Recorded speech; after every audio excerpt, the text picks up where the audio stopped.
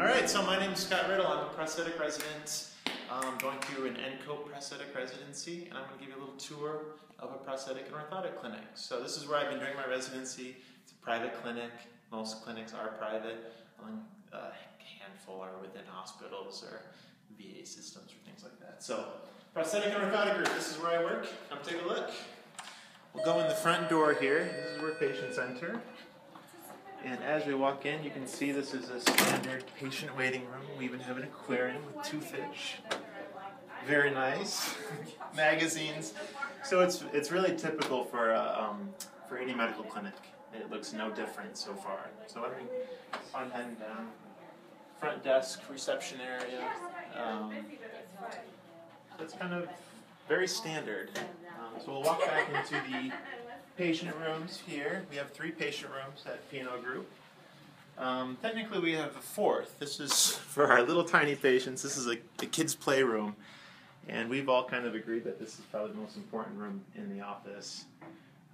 We see a large number of pediatric patients here, so when their younger brother and sisters are waiting during the appointment, they'll go in the little kids' playroom and play. It's really fun for them. So this is, we do a lot of scanning in here, 3D scanning. One component of orthotics, I guess, is a cranial remolding helmet. So this is an example of a cranial remolding helmet. Some kids are either born with or kind of develop cranial malformations, plagiocephaly, brachycephaly, things like that. And the helmet helps the head kind of grow into a symmetrical shape. So in order to do that, I'll show you here. We use a 3D scanner. It's a laser scanner. And we'll scan the patient's head, and it'll pull up onto a CAD system within the computer, and then we can modify it if we need to. We'll send it out to the manufacturer if we need to. We can print different reports for the parents. So it works really well once we get everything into the CAD system with the 3D scanner. We can also use it for prosthetics, various custom liners and things like that. We can use the scanner rather. So why don't we go ahead and head into the second exam room. This is the prosthetic room, as we affectionately call it. We have parallel bars. Most clinics have parallel bars, and you can see some examples of different prosthetic legs we've done over the years. So it's good to show patients different examples of what we do. We have transfemoral prosthetic leg with knee units. We have transtibial prosthetic legs. Transtibial meaning essentially the tibia the amputation occurred at the tibia. So there is no knee joint, obviously, in this prosthesis. It's just the ankle, the foot, and then the socket that kind of attaches to their residual limb. So this is all pretty standard. Couple information posters for the patients, about what you would expect. We'll head into our last exam room here real quick. This is where we do a lot of the casting. So we'll use this is called C-form. It's a type of fiberglass we really like. And what we'll do is we'll wrap up the patient's leg with the fiberglass. It'll harden, and then we'll actually cut off the fiberglass cast.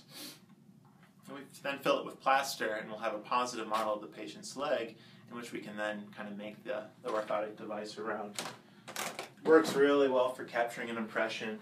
The end result being something kind of like this. This is called an AFO.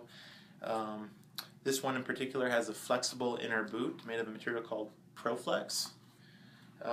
This field's cool because you get to know biomechanics, you get to know anatomy, things like that, obvious things. But you also get to know materials and kind of engineering and design and principles like that as well. So it's a really good blend of those sort of things. So it's Proflex inner boot, AFO, and it's really made to kind of control the patient's ankle in the way we want to control it. All right, so enough of the patient area. Why don't we head back to the lab? Now in the lab, we make the majority of these prosthetic devices. This is where we do our thermoforming. This is a technician by the name of Jeremy. I hope I can say your name. Yeah. It'll be on YouTube, hopefully. So we do our thermoforming here, and what that means is we'll melt a plastic sheet in the oven, and then we'll pull that plastic sheet around this positive model. It's really a pretty cool process. It's easy to mess it up unless you're pretty good. So that's what happens in here. Let's see, we'll head into... It's a little messy right now, but I didn't really want to clean it because I wanted to show you what it's usually like. This is the plaster room. It's really noisy, but we have... Come in here real quick. We have a positive model. This is a patient's residual limb from an amputee. Another technician, Frida. Hi, Frida. So we'll modify it, we'll adjust it, and do different things to it. Why don't we head out real quick?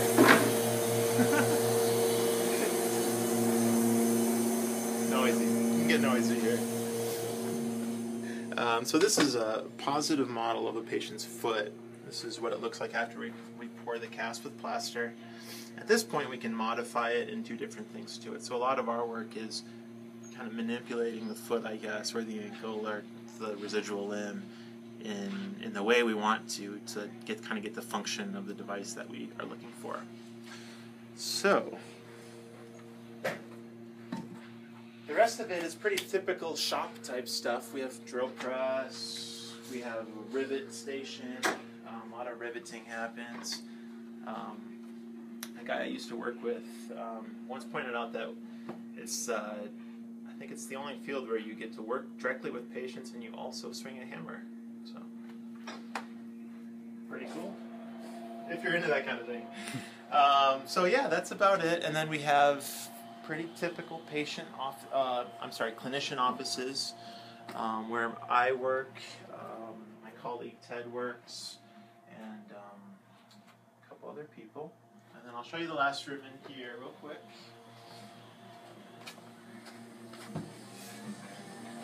This is the grinding room, probably the most noisy room we have. Various Troutman sanders, bandsaw, loud music, vacuum systems. It's kind of where everything gets finished, shaped up. So, this is the grinding room. Right along. We have a sewing room, sewing machine. Really anything that we might need to do to fix or create prosthetic limb or orthotic device, we have the capability to do that.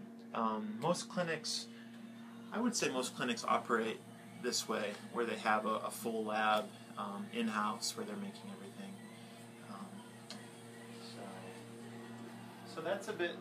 That's a tour of Prosthetic and Orthotic Group here in Colorado. Again, my name's Scott. I'm a resident, prosthetic resident. It's a 1-year residency, and then I'll take my board exams following that. And of course, this all comes after master's program for grad school. So, hope you learned something. Thanks to Ted, my colleague, for filming this. There's Ted. and please respond if you have any questions. Thanks.